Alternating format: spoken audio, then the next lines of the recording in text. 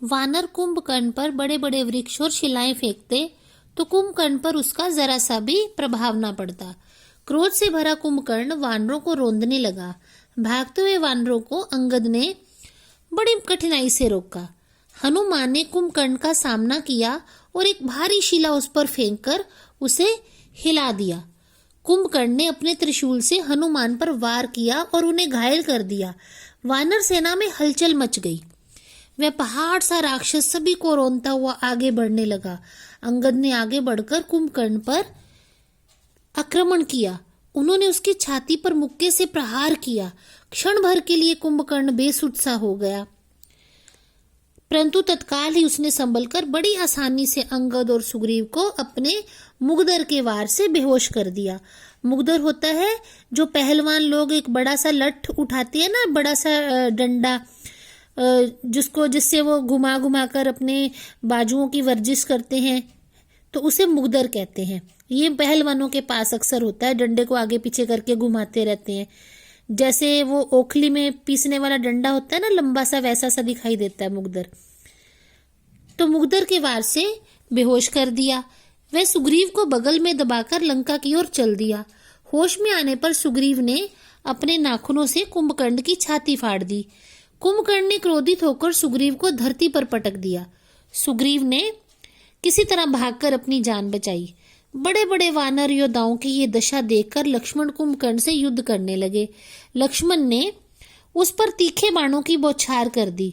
कुंभकर्ण लक्ष्मण की वीरता से बड़ा प्रभावित हुआ और उनकी प्रशंसा करते हुए बोला कि वह लक्ष्मण से नहीं, राम से युद्ध करना चाहता है। राम युद्ध के लिए तैयार खड़े थे। दोनों में भयंकर लड़ाई होने लगी। कुंभकर्ण के भयानक हमले को देखते हुए राम ने उस पर एक दिव्य बाण चलाया। कुंभकर्ण की दाहिनी भुजा, जिसमें उसने भारी मुगदर उठा रखा था, बाण से कटकर दूर जा गिरी। उसकी उस भारी भुजा के नीचे कई वानर दब गए। क्रोधित हो कुंभकर्ण ने अपने बाएं हाथ से एक विशाल वृक्ष उखाड़कर राम को मारने के लिए वह दौड़ा। राम ने अपने बाण से उसकी दूसरी भुजा भी काट दी। भयानक गर्जना करता हुआ कुंभकर्ण मुंह फाड़े राम को खाने दौड़ा। राम ने बाण से उसके दोनों पैर भी काट डाले। कुंभकर्ण धरती पर गिर पड़ा। तब राम ने एक बाण चलाकर उसकी गर्दन काट दी। कुंभकर्ण का कटा सिर लंका में जा गिरा। राक्षस सेना भाग खड़ी हुई और वानर सेना ने राम की जय जयकार से सारा आकाश गुंजा दिया। अब लक्ष्मण और मेघनाद युद्ध में आपस में कैसे लड़ते हैं, उनके युद्ध के बारे में पढ़ेंगे। कुंभकर्ण के वध से रावण का मानो दायां हाथ ही कट गया, क्योंकि उससे सबसे बड़ी शक्ति थी कुंभकर्ण उसके लिए, और वो खत्म हो गया तो लगा जैसे रावण को उसका अपना एक दायां हाथ कट गया है। उसकी मृत्यु का समाचार सुनकर वह शोक से व्याकुल हो गया और अचेत हो गया। अचेत यानी बेहोश हो गया। होश में आने पर वह रोने लगा और कुंभकर्ण को याद कर विलाप करने लगा। उसे लगा कि कुंभकर्ण के बिना लंका अनाथ हो गई है। रावण का दिल टूट गया और वह निराशा के अंधकार में डूब गया। रावण के पुत्र त्रिशिरा, देवांतक और नरांतक ने आज तक पिता को इस रूप में न देखा था। पिता की ये दशा देखकर वह व्याकुल होकर कहने लगे, आप धीरज रखिए, इस प्रकार व्याकुल न होइए, हम अभी जीवित हैं। आपकी आज्ञा हो तो हम सभी राम लक्ष्मण को पकड़कर आपके चरणों में डाल देंगे। पुत्रों को सीने से लगाकर रावण ने उन्हें आशीर्वाद दिया और युद्ध के लिए जाने की अनुमति दी। उसने अपने भाई महापाशर्व और महोदर को भी उनके साथ भेजा। नरांतक ने अंगद पर आक्रमण किया। दोनों भिड़ गए। नरांतक ने अंगद पर भाले से प्रहार किया। अंगद की छाती से टकराकर भाला टूट गया। दोनों मल्ल युद्ध करने लगे। नरांतक के घुंसे से अंगद बेहोश होकर गिर पड़ा। होश आने पर अंगद नरांतक पर टूट पड़ा और उसने नरांतक की छाती में इतनी जोर का घुंसा मारा कि नरांतक वहीं ढेर हो गया। ढेर हो गया एक मुहावरा है, ढेर हो जाना यानी मर जाना। तो नरांतक मारा गया। नरांतक का अंत देखकर देवांतक, त्रिशिरा आदि अन्य वीर राक्षसों ने एक साथ अंगद पर हमला बोल दिया। अंगद को मुसीबत में देखकर नल और हनुमान तेजी से उसकी सहायता को पहुंचे। हनुमान देवांतक से युद्ध करने लगे और उन्होंने उसे मार डाला। त्रिशिरा भी हनुमान के हाथों मारा गया। महापाशर्व का ऋष्ण वानर के हाथों काम तमाम हो गया। काम तमाम हो जाना यानी मारा जाना। अब अतिकाय नामक राक्षस युद्ध के लिए सामने आया। वह अपने नाम के अनुसार ही विशालकाय था। देखिए, राक्षस का नाम है अतिकाय। अति मतलब हद से ज्यादा बड़ी, काय मतलब देह शरीर, तो यानी अपने उसका नाम था कि जरूरत से ज्यादा बड़ा शरीर, तो वो विशालकाय राक्षस था अपने नाम की तरह ही, और कुंभकर्ण की भांति बलशाली भी था। उसने ब्रह्मा से कई शक्तियां प्राप्त की थी। वह अपना रथ दौड़ाता आगे बढ़ा तो वानर डर के भागने लगे। लक्ष्मण ने उसका मार्ग रोका तो वह बालक समझकर उनकी हंसी उड़ाने लगा। लक्ष्मण ने क्रोधित होकर उसे बालक से ही पहले निपट लेने के लिए ललकारा। उसने जब लक्ष्मण को बोला ना कि तुम तो बालक हो, तो लक्ष्मण ने कहा फिर इस बालक से ही पहले निपट लो, और उस पर बाणों की बौछार कर दी। अतिकाय पर लक्ष्मण के बाणों का जरा सा भी असर नहीं हुआ। ब्रह्मा की शक्तियों के कारण लक्ष्मण के सारे बाण उसके कवच से टकराकर बेकार हो रहे थे। लक्ष्मण ने क्रोध में उसके सारथी और को मार डाला तथा रथ के टुकड़े टुकड़े कर दिए। अतिकाय ने अपने पैने बाणों से, पैने होते हैं तीखे, पैने बाणों से लक्ष्मण को घायल कर दिया, और कोई चारा न देखकर लक्ष्मण ने अतिकाय पर ब्रह्मास्त्र चला दिया।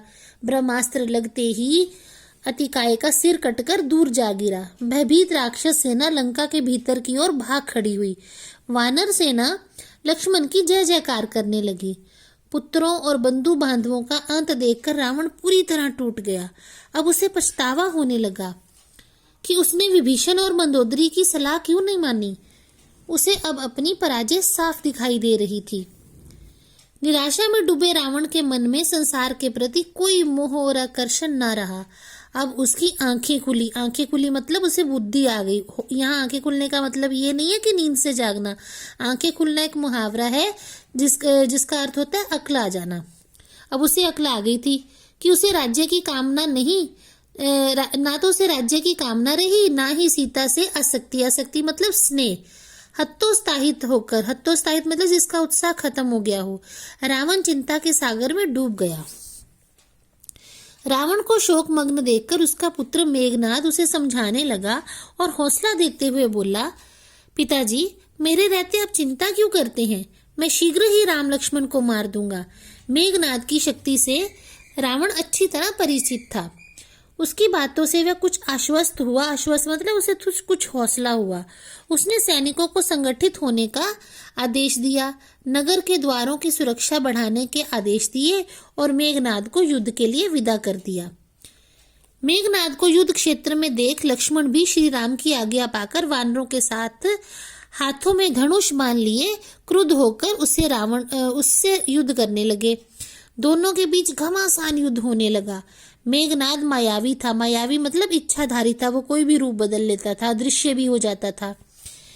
वह अनीति होता है, युद्ध के जो नियम होते हैं ना, उसे नीति बोलते हैं, और युद्ध के नियमों को उल्लंघन करना, उसको तोड़ना अनीति कहलाता है। तो अनीति और छल बल से वह युद्ध करने लगा।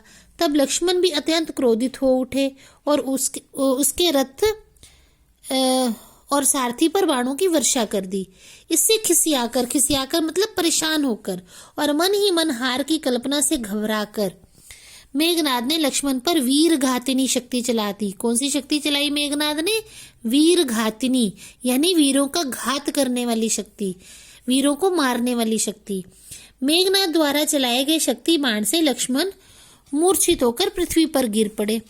मेघनाद लक्ष्मण को अपने साथ उठाकर लंका ले जाना चाहता था, पर उनको जो जगत का आधार है उठा पाने में असमर्थ रहा और लज्जित होकर युद्ध भूमि से चला गया। तब हनुमान वहां आए और लक्ष्मण को उठाकर राम के पास ले गए। सारे शिविर में खलबली मच गई। राम व्याकुल हो उठे। तभी जामवंत ने सुषेण वैद्य को बुलाया। जो वैद्य आए थे ना, जिन्होंने लक्ष्मण का इलाज किया था, चिकित्सा की थी, उन वैद्य का नाम था सुषेण। उनको बुलाया। उन्होंने त्रिकूट पर्वत से संजीवनी बूटी लाने को कहा।